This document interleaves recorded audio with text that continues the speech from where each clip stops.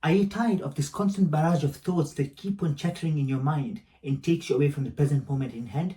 It creates scenarios and circumstances and situations that are not even there in the present, but in your head they've been created. Well, you're not alone. And in this video, I'd like to talk about that. Hi, my name is Kamal. I'm an accountant by day and an avid reader by night. And in these videos, I like to synthesize and explain what I've read and understood from the book that I read. So this chatter in our heads, this constant whispering in our heads that keeps us occupied so much so that sometimes, let's give an example where I message one of my best friends, and 5 hours later he still hasn't responded, and I've got all these thoughts in my head saying, oh, he's now not talking to me, or last week we had an argument, so now he's just got beef with me and he's just not going to talk to me, or you know what, I don't need him anymore, I'll find a different friend. All of these things go through our heads for 5 hours, and then 5 hours later our friend texts us and saying, I had to take my mother to hospital, so I'm sorry that I delayed responding to you. And for 5 hours you spent so much gray matter trying to make sense of the situation that wasn't even there. It wasn't even happening. He just hadn't read your message because he was occupied with something that was important for him. But yet we've created these scenarios in our heads that take us away from the present moment or reality. I read a very powerful book that talks about this constant chatter in our heads, and it's called The Untethered Soul by Michael Singer. Michael Singer wrote another book called The Surrender Experiment, which is a book that I made a video on that I found to be a very powerful book in terms of it taught me what it means to be truly surrendered, to live a blissful life by just surrendering yourself.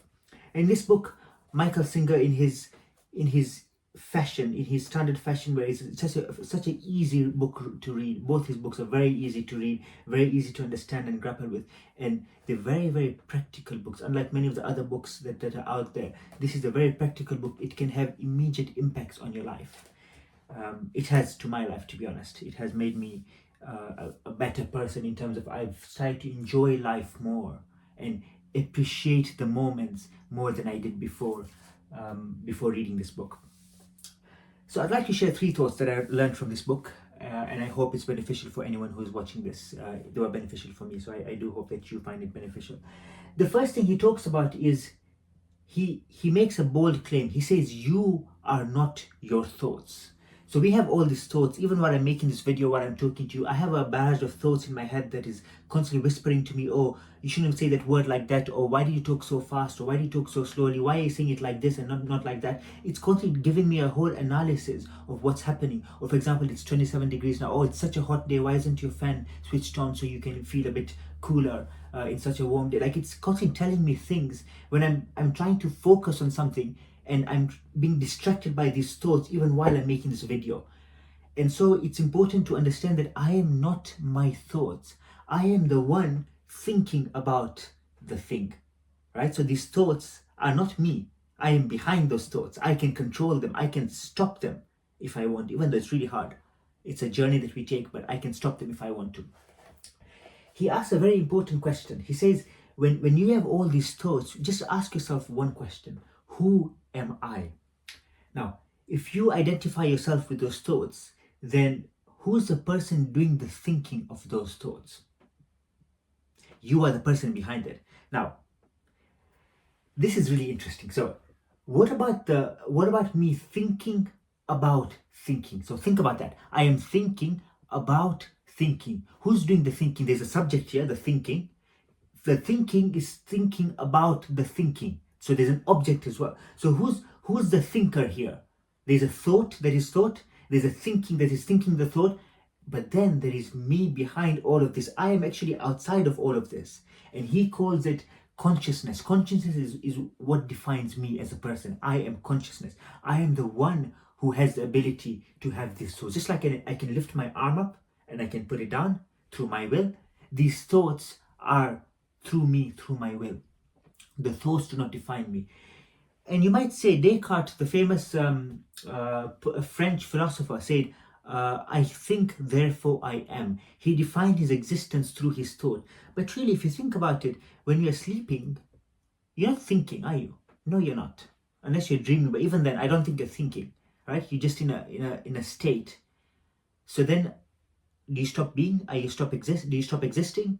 I don't think it works that way. So even when you think about thoughts and thinking, you are still behind that. You are the consciousness that allows those thoughts to happen. So you are not your thoughts. And that's the first lesson I learned, where I've now started identifying myself as an entity, as a person who's not my thoughts. So every time the thoughts come, I just appreciate and realize that this is not who I am. Even when there's a bad thought coming where I want to do something wrong, I realize that I am not the thought. I am behind the thought. If I put the thought into action, that is me enacting that action. But as long as I don't, I am not enacting that action, and the thought is not me. It is just a thought. It's just like an event that happens outside. If a pen, for example, drops, there's just an event happening. I am not that pen. I am not the hand. I am the one who controls the pen dropping. And in the same way, I am the one who controls my thoughts. So I've learned this the hard way, where every time I have these scenarios that are created in my head, like the example I gave of my friend not texting me for 5 hours, I created a whole drama behind it when there was nothing. There was nothing whatsoever. And even if there was, 5 hours later I would have found out. Why did I spend 5 hours thinking about the drama only to come face to face with the drama itself after 5 hours? Why not just enjoy those 5 hours, and then when the drama happens, I will come to terms with the drama as and when it happens. I will deal with it when it comes. So I think that makes me a much more happier person, where I don't have to deal with these dramatic situations in my head. Because a lot of times we create the realities in our heads that just don't exist outside. It's all in the head, it's all in the mind. We've created such difficult situations in our life. We've made our life harder than it should be, when really it's not that difficult. It isn't that difficult at all. And that comes up to the second point that I learned from Michael Singer's book, and that is that I should learn to let go of these thoughts, these inner things that trouble me, to get freedom. He basically says in the book that the thing that all of us are looking for is happiness. We're all looking for happiness. And happiness for me comes through inner peace. So when I talk about happiness, I personally think about happiness as inner peace, where I'm in a blissful state where I'm contented.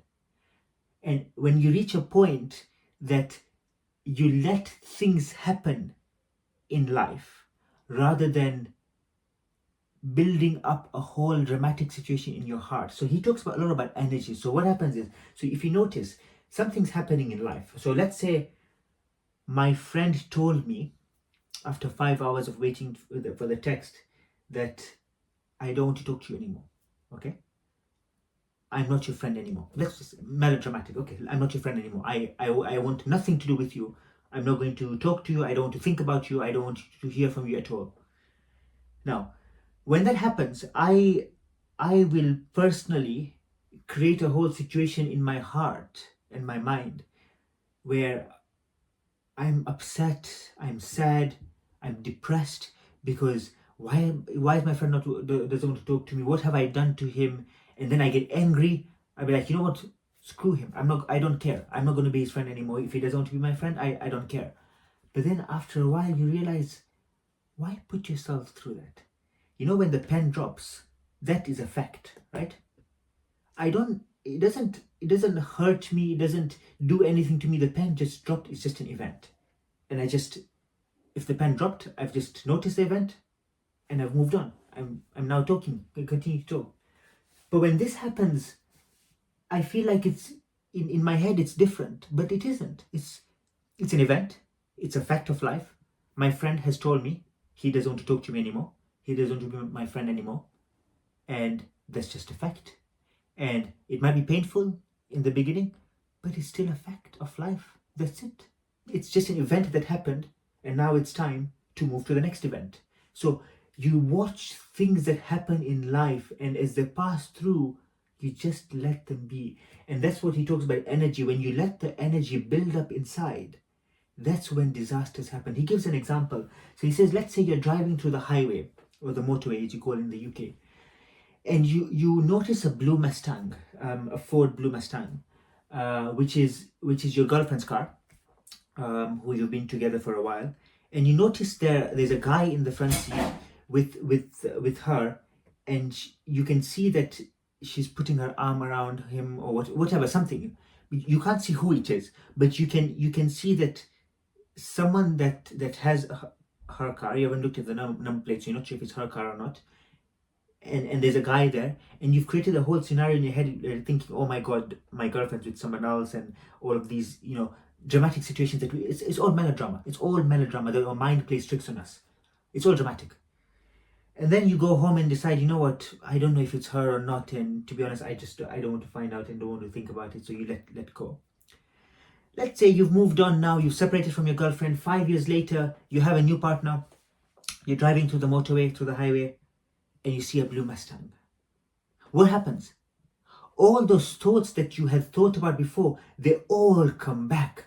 And suddenly you are so happy. You are so happy that day. You just maybe you had a child and your daughter just won some competition, and you're so happy, you're enjoying it with the family, and then suddenly the blue Mustang comes, and everything comes back. And now you went from a happy state to a sad state. But really, if you look in the outside, nothing's happened. There was a car that drove past. The car is now gone. You can't unsee it. But in your head, the car is there. It's a constant. Like, why? Why is it there? Why is it in my head when, it's just a fact of life. It just came, it went. But because we've left these energies inside us, we haven't released the energy. That's why it keeps on coming back. And when we talk about past trauma, so I've gone through, like everyone else, I've gone through trauma in my life. I've gone through difficulties in my life that have bogged me down. And every time I think about a situation or an event that reminds me, it triggers me of the event that happened to me in the past, all those emotions come flooding back. And suddenly I go from a happy state to a sad state or a depressed state or a miserable state when nothing has happened outside. Nothing has happened outside. It's all an inner turmoil. And that's why we're so anxious and we're so depressed, because we haven't been able to release that energy. What Michael Singer is suggesting is that when these thoughts pass by, you nip it in the bud. As soon as they pass by, you say, okay, I acknowledge this. I'm not ignoring it. Don't ignore it. No, acknowledge it. Oh yes, okay. A blue Mustang passed by. I thought it was my girlfriend. It's probably not my girlfriend. That's fine. Move on. Later, if you find out if it's your girlfriend, you'll handle the situation then. You'll be like, okay, fine. Let's talk about it. Let's see what's happening. Let's approach it very logically and very sanely, in a sane manner. But don't create this melodrama in your head where you just create life and make it so much more difficult and harder than it actually is. And that comes nicely to my third point. The third point that I learned from this book is that it's so important to live in the present moment. Live in the now. And that's what makes me so happy now, because now I am not trying to think about the past as much as I used to, nor about the future as much as I used to. Now I want to appreciate this one moment, this one life that God has gifted me. God has granted me. So there's a chapter where he talks about the path to unconditional happiness. Before I come to that, there's a chapter called Letting Go of False Solidity.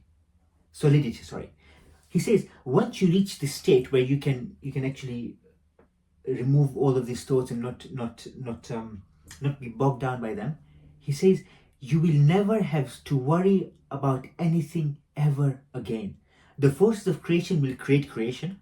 So as things happen, they will create creation, both inside and outside of you. Things will happen outside, things will happen inside. But you will float in peace, love, and compassion beyond it all, yet honoring it all. So that's why I said you're not ignoring it, you're acknowledging it. You're saying, okay, yes, it's there, it's happened. Move on. There is no need for false solidity when you are at peace with the universal expanse of your true being. It's so beautiful. Like there's no need for inner turmoil anymore. There's no need for any of this melodrama. These are all facts of life, inner and outside. Whatever's happened has happened. It's happening. But that's you in your inside. I once told a friend that something that I've been thinking about. So let's say someone comes up to me and he says something really nasty and harsh to me, and he hurts me. Maybe he's a close friend, and I think, oh, why did he do that? He shouldn't be doing that to me. Like, I'm such a good friend to him, and he shouldn't be making me so miserable and so sad.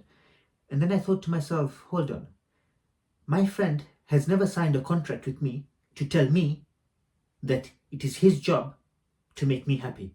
It isn't. It was never his job to make me happy. It's my job to make me happy. So if he's doing something and that is affecting me, that's not his problem. It's my problem, because I have let him affect him.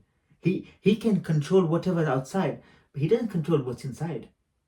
So if I've let him control what's inside, it's because I have let him, not because he has done it. He can do whatever he wants, and so can I. And if he wants to affect my outside, he can affect my outside. But no one is in charge of my inside, my inner. And I think that's beautiful. So the last chapter, it's called Living Life, and I think that's probably the most beautiful chapter that he has in the book. So he talks about the path of unconditional happiness, and it's so beautiful. He says, so to stay happy, just don't close your heart, no matter what happens. Just don't close your heart. Just let the energy flow through. Something's come through, it's painful, you acknowledge it, appreciate it, you honor it, and let it go. And then he says something profound. He says, God is joy, God is ecstasy, God is love. If you remain open enough, waves of uplifting energy will fill your heart. You will have this overwhelming sense of peace and serenity, because things outside no longer affect you. Whatever is happening outside no longer affects you. Affirm that all you want is to be at peace and to appreciate life. Amazing, amazing. You don't have to be outwardly glowing all the time. You're just joyful inside. Instead of complaining, you're just having fun with the different situations that life unfolds. Have fun, enjoy life.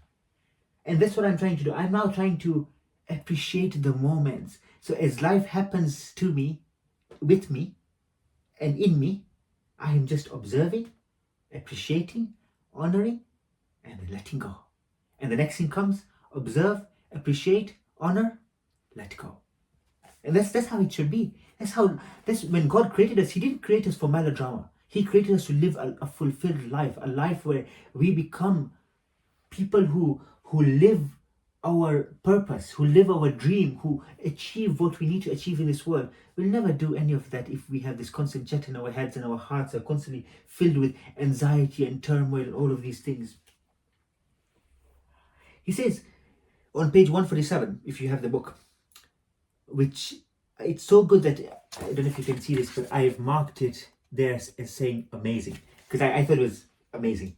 He says, one of the ancient names, he says, now you guess who God wants to hang out with. He's talking about two types of people: the miserable person who's constantly got this barrage in his heart, and the happy person who just observe, respect, honor, let go. Now you guess who God wants to hang out with out of these two people. One of the ancient names of God in the yogic tradition is Sachtinamanda, Sachtinanada, eternal conscious bliss. God is ecstasy. God is as high as it gets. If you want to be close to God, learn to be joyful. If you remain spontaneously happy and centered, no matter what happens, you will find God. That's the amazing part. Yes, you will find happiness, but that's nothing compared to what you're really going to find. So this is a completely different level to the first level. The first level was, I want to be happy, I want to be at peace and just let things happen. This is a totally different ball game altogether. He continues further down. When you are done playing with the temporal and the finite, you will open to the eternal and infinite. Then the words happiness can't describe your state. It's not enough to describe your state. That's where words like ecstasy, bliss, liberation, nirvana, and freedom come in. The joy becomes overwhelming and your cup runneth over. This is the beautiful path. Be happy. And not just happy in that sense. Be blissful, be ecstatic, be joyful. Be so at peace with yourself and the universe and life around you and with people and with God, that whatever happens outside does not affect your inside. You are so at peace that nothing is going to take your inner turmoil. Nothing is going to take your inner turmoil. It's beautiful. Honestly, I cannot recommend this book enough. It's the last thing I'll quote is from chapter 16. It's called The Spiritual Path of Non-Resistance. Again, this is the whole concept is you're not resisting anymore. It's no longer fighting against what's happening. Stop fighting, stop resisting, stop trying to control. It's all about you trying to control your life. But really, you can't control your life. Life is done to you. The things, and that doesn't mean you just sit back and just let life, no. That's not what he's trying to say. You live your life, you control what you can.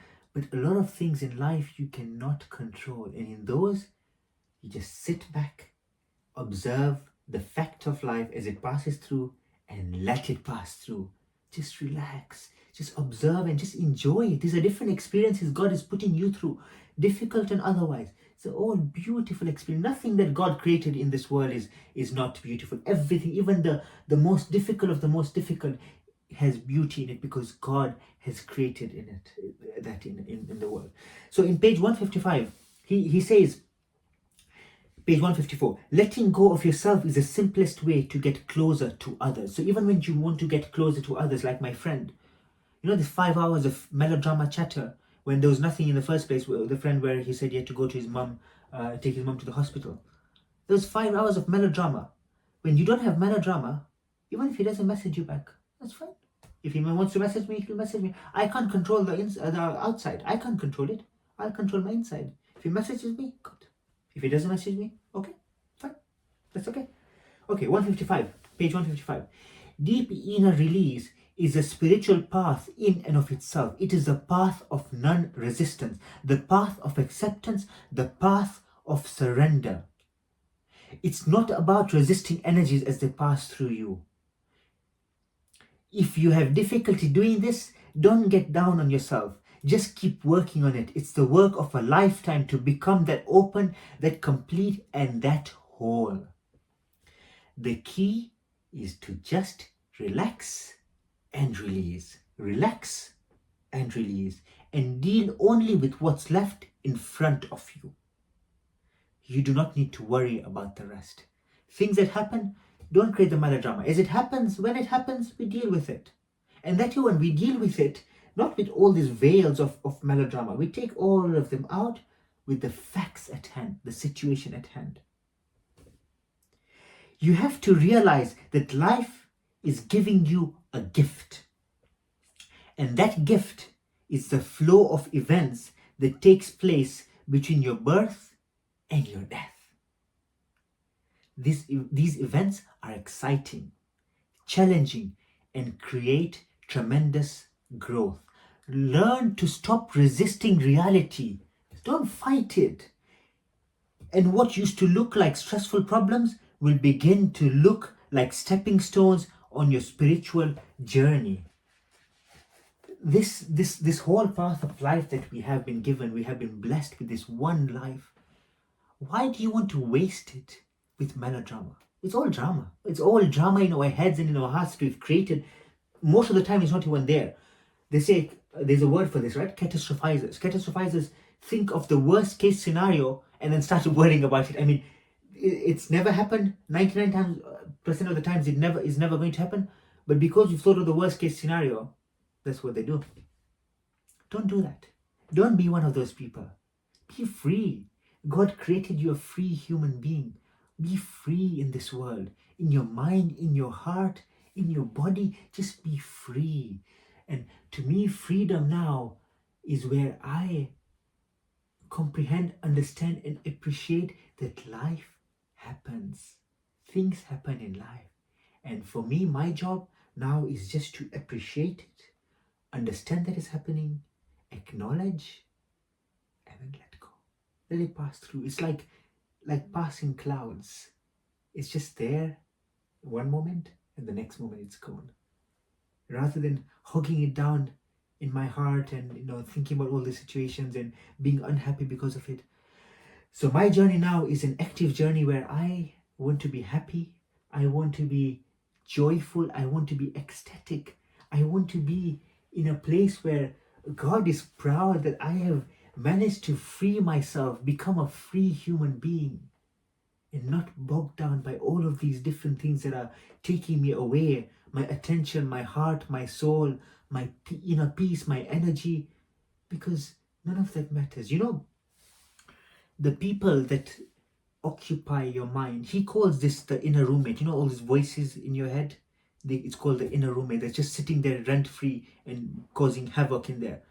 To be honest, for me, a lot of the things is also people. A lot of times when I used to grow up, a lot of people used to occupy my mind. What will he think of me? What will she think of me? What will they think of me? What will he talk about me? Doesn't matter. It doesn't matter, bro. Just let it be. If he wants to talk about you, what they gonna do to you? The worst thing they can do, they can kill you. Okay, that's the worst thing they can do is to kill you. Anything else is less severe than that, right? That's it. And if they kill you, that's fine, because you're going back to your Lord anyways, right? And it's their problem, right, to deal with. So then, if that's the case, then why am I so bogged down with what other people are telling me and thinking?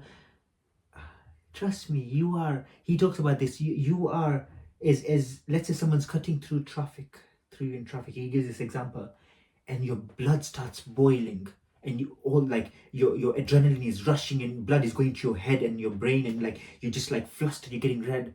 Just think about this. You are like a speck of a speck. If you look at the galaxy, the Earth is rotating around the sun in a multiverse, in a universe, in a multiverse out there in space, and you are like a dot of a dot of a dot of a dot of a dot of a dot. You are nothing. You are nothing. Why are you getting angry? Forget it. It doesn't matter. Why are you the person who's overtaking you? Maybe his wife is in labor and he has to rush to the hospital. Then what? Oh, I'll change my stance. Okay, no. Then he's allowed. So what? Do I know why the person's rushing? I don't know. I've never spoken to him, but I'm just angry. But if I found out that he was actually taking his wife to the hospital, then I'd be like, okay, no, that's okay. He's allowed to rush. Because I've done that, he's allowed to rush. Why? Why let your inner peace be hijacked by these inner roommates? Be it people or these thoughts or whatever it is that takes you away. Why not just be happy, blissful, peaceful and contented? And I think one of the best ways, I highly recommend this book, because I think it will change your perspective on life, on how to live the journey beyond yourself, which is the subtitle of the book. Deepak Chopra in the front, he says, read this book carefully and you will get more than a glimpse of eternity. Such a beautiful book that I think once I read this, I'm going to reread this book again, more and more times in my life, because I think it will be a reminder to remind me to become very centered, to become very aware of what's happening around me, so that I can live, fulfilled life, a happy life, a joyful life, an ecstatic life, a life where God is proud of me and I am proud of myself for having achieved what I wanted to achieve. And that only comes when you untether your soul, when you free your soul, you liberate your soul from all of these things that are shackling you down. So I hope there was a video that you resonated with, and I encourage you to read the book, The Untethered Soul. Phenomenal, fantastic book that I think will change your mindset and your worldview, and hopefully make you a happier person. And if it does, please do let me know. I'd love to know more about what you thought about the book, if you do get the book and if you read it. And until next time, I'll see you soon.